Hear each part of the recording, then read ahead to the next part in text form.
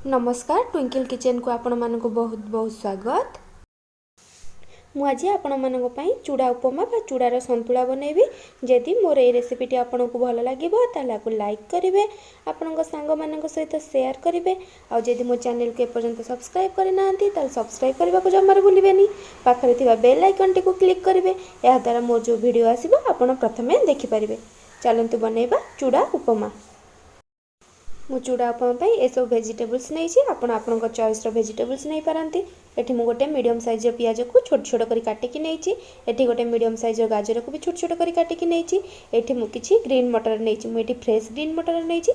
आपण चाहिए frozen green मटर भी यूज करेंगे। एठी मु गोटे बड़ आलू को चोपा छड़े कि छोट छोट करी काटिकी नहीं। एठी गोटे बड़ टमाटो को भी छोट छोट करी काटिकी नहीं।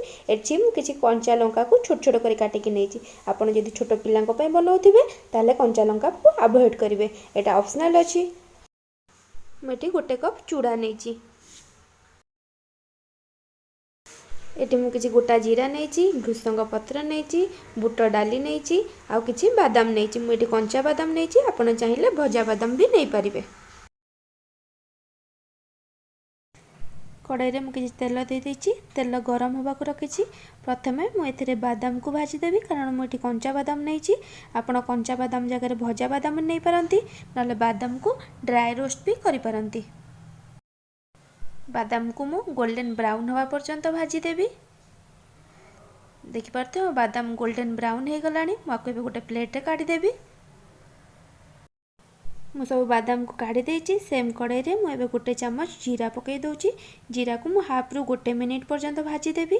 जीरा को मु हाफ मिनिट पर्यंत भाजी देथिली। एथिरे मु भृसंग पत्र 8 रु 10 टा भृसंग पत्र आउ गोटे चम्मच बुट डाली दे देछि। बुट डाली को भी गोल्डन ब्राउन होगा पर्यंत भाजी देबी। बुट डाली मोर गोल्डन ब्राउन ही भाजी हो गलानी। आपको बेसी भाजबानी। एबे मु एथिरे कंचा लंका आउ पियाज को पकई देबी। आपण जदि छोट पिलांग पई बनाउथिबे ताल कंचा लंका को पकईबेनी, कंचा लंका को अवॉइड करिवे।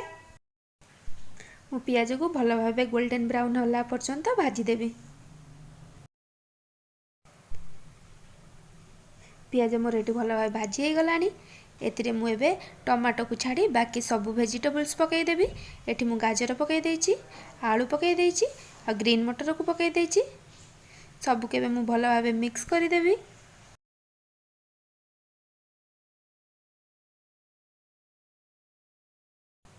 मु एथिरे एबे हाफ चम्मच हळदी गुंड आउ स्वाद अनुसार लूण पकई देबी। आपण चाहिए एठी लंका गुंड भी पकई पारिबे। आपण को जेतिकी राग दरकार आपण से अनुसार लंका गुंड पकईबे।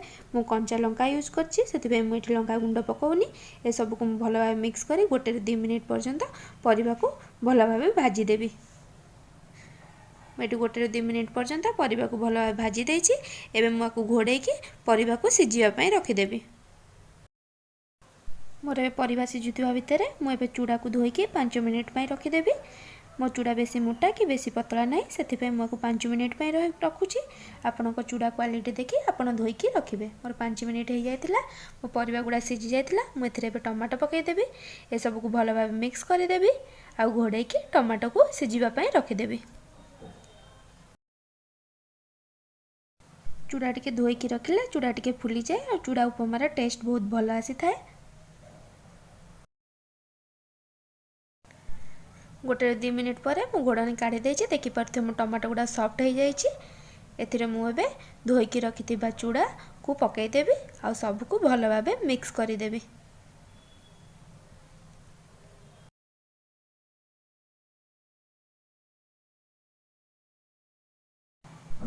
मुझे सबको भल मिक्स कर देछि। एबे मु भाजी की रखिथिबा बादाम को पकई देबी आ बादाम पकईबी आकु सबको भल भाबे पुणी थरे मिक्स कर देबी।